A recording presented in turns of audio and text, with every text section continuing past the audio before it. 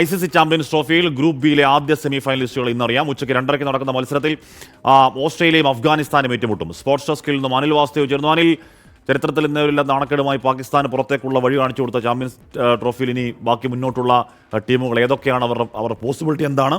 അതോടൊപ്പം നാഗ്പൂരിൽ എന്ത് തോന്നുന്നു അനിൽ, എന്ത് സംഭവിക്കാനാണ് ഇട?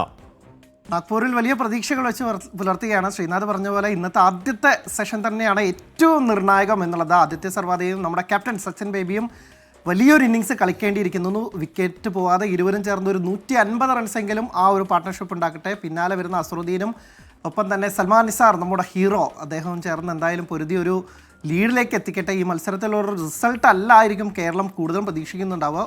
കേരളത്തിൻ്റെ ഒരു ലക്ഷ്യം കഴിഞ്ഞ 2 മത്സരങ്ങളിലും മുന്നിട്ട് പോകാൻ സഹായിച്ച പോലെ ഒരു 1-ാം ഇന്നിങ്സ് ലീഡ് അതുതന്നെയായിരിക്കും കേരളത്തിൻ്റെ ലക്ഷ്യം. നമ്മൾ വലിയ പ്രതീക്ഷയിലാണ്. എന്തായാലും തകർത്ത് കയറി വരട്ടെ നമ്മുടെ പിള്ളേരെ എന്നേ പറയാനുള്ളൂ. ഇനി ചാമ്പ്യൻസ് ട്രോഫിയിലേക്ക് വരികയാണെങ്കിൽ ഹാഷ്മി ചോദിച്ച പോലെ തന്നെ ആതിഥേയരായിട്ടുള്ള പാകിസ്ഥാൻ പുറത്തായി കഴിഞ്ഞു. ഇനി ആര് പുറത്താകും എന്നുള്ളതാണ് ഒരു അറിയാനുള്ളത്. അഫ്ഗാനിസ്ഥാൻ ആവുമോ ആ ടീം എന്നുള്ളതിലാണ് സംശയം. പക്ഷേ അഫ്ഗാനിസ്ഥാൻ കഴിഞ്ഞ മത്സരത്തിൽ വലിയ പോരാട്ടം കാഴ്ചവെച്ച ഇംഗ്ലണ്ടിനെ പുറത്താക്കി കഴിഞ്ഞു. ഇന്നത്തെ മത്സരം അഫ്ഗാനിസ്ഥാനാണ് കൂടുതൽ നിർണായകം. ഓസ്ട്രേലിയക്കെതിരായി ഈ മത്സരം ജയിച്ചാൽ മാത്രമാണ് അവർക്ക് സെമിയിലേക്ക്, അവസാന 4ലേക്ക് മുന്നേറാൻ സാധിക്കുള്ളൂ. ഓസ്ട്രേലിയയ്ക്ക് നിർണായകമാണ്. ഓസ്ട്രേലിയയ്ക്ക് 3 പോയിന്റ്, അഫ്ഗാനിസ്ഥാന് 2 പോയിന്റ്. ഒപ്പം തന്നെ ഈ ഗ്രൂപ്പിൽ, ബി ഗ്രൂപ്പിൽ 1-ാം സ്ഥാനത്തുള്ളത് ദക്ഷിണാഫ്രിക്കയാണ്. അവർക്കൊരു മത്സരം ബാക്കിയുണ്ട്, ഇംഗ്ലണ്ടിനെതിരായ മത്സരം.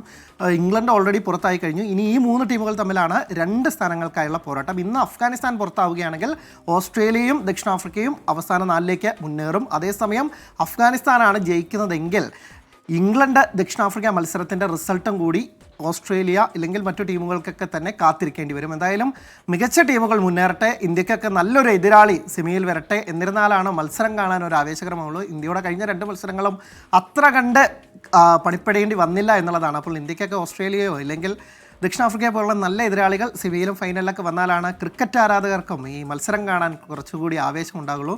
എന്തായാലും കലക്കട്ടെ കളികൾ എന്നേ പറയാനുള്ളൂ.